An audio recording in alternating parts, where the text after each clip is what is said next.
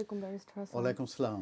জি, আমরা ইদানিং করে দেখছি যে সোশ্যাল মিডিয়াতে অনেকে বেনিফিট এক্সট্রা পাওয়ার জন্য অনেক ধরনের হ্যাক, অনেক ধরনের ট্রিক্স শিখাচ্ছে এবং এটার রেসপন্সে ডিডব্লিউপি একটা ওয়ার্নিং দিয়েছে যে যারা এসব পোস্ট করবে তাদেরকে প্রিজন সেন্টেন্সও ফেস করতে হতে পারে।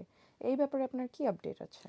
এ ব্যাপারে যে আপডেটটি আমি পেয়েছি রিসার্চ করে, সেটা হচ্ছে যে ডিডব্লিউপি তারা ওয়ার্নিং দিয়েছে যদি ফ্রডুলেন্ট ক্লেম করার জন্য যদি কোনো সোশ্যাল মিডিয়াতে কোনো পোস্ট দেওয়া হয় কিংবা কোনো গাইডলাইন যদি পাবলিশ করা হয় এই যারা ক্লেমেন্ট তাদেরকে এনকারেজ করার জন্যে, সেক্ষেত্রে তাদের কনসিকুয়েন্স কিংবা খুবই খারাপ হবে এটা বলেছে।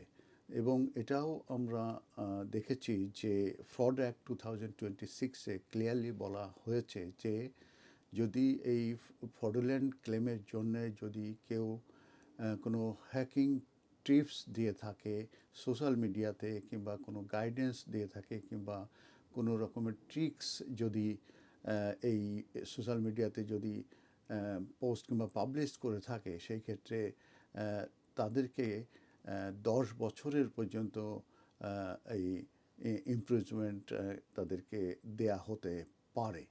তো আমরা জানি যে সোশ্যাল মিডিয়াতে যে ধরনের পোস্ট হয় সেক্ষেত্রে কিন্তু অনেক ভালো ভালো পোস্ট আসে, আবার অনেক খারাপ খারাপ পোস্ট আসে, কিন্তু পার্টিকুলারলি অনেক ক্ষেত্রেই এই বেনিফিট ফ্রড করার জন্য এনকারেজ করার জন্য কিন্তু এর যে লুফহোল আছে কিংবা এটার যে কীভাবে হ্যাকিং করা যায়, কীভাবে এই এটাকে হাইড করা যায়, এই ব্যাপারে কিন্তু অনেক ধরনের এনকারেজিং পোস্ট কিন্তু দেয়া হয়।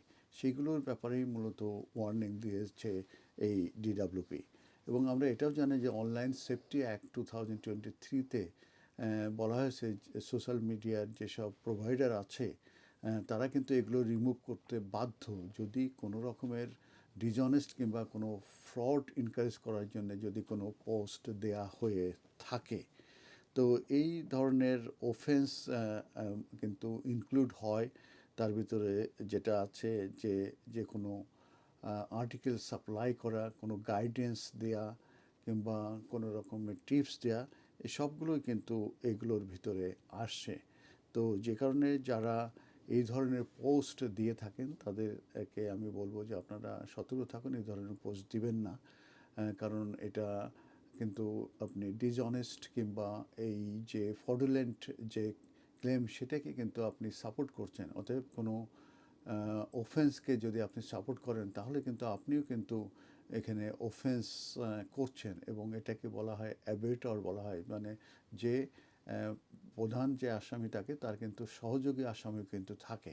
অতএব আপনারা কেউ কখনোই এই বেনিফিট ফ্রডুলেন্ট করার জন্য এনকারেজিং কোনো রকমের পোস্ট কিংবা গাইডেন্স কিংবা কোনো হ্যাকিং করার কোনো ট্রিক্স আপনারা কখনোই এই সোশ্যাল মিডিয়া দেবে না। এবং ডিডব্লিউপি এটার ব্যাপারে ক্লিয়ারলি বলে দিয়েছে তাদেরকে কিন্তু ইমপ্রিজমেন্ট দেয়া হবে। ধন্যবাদ। ধন্যবাদ ব্যারিস্টার হাসান।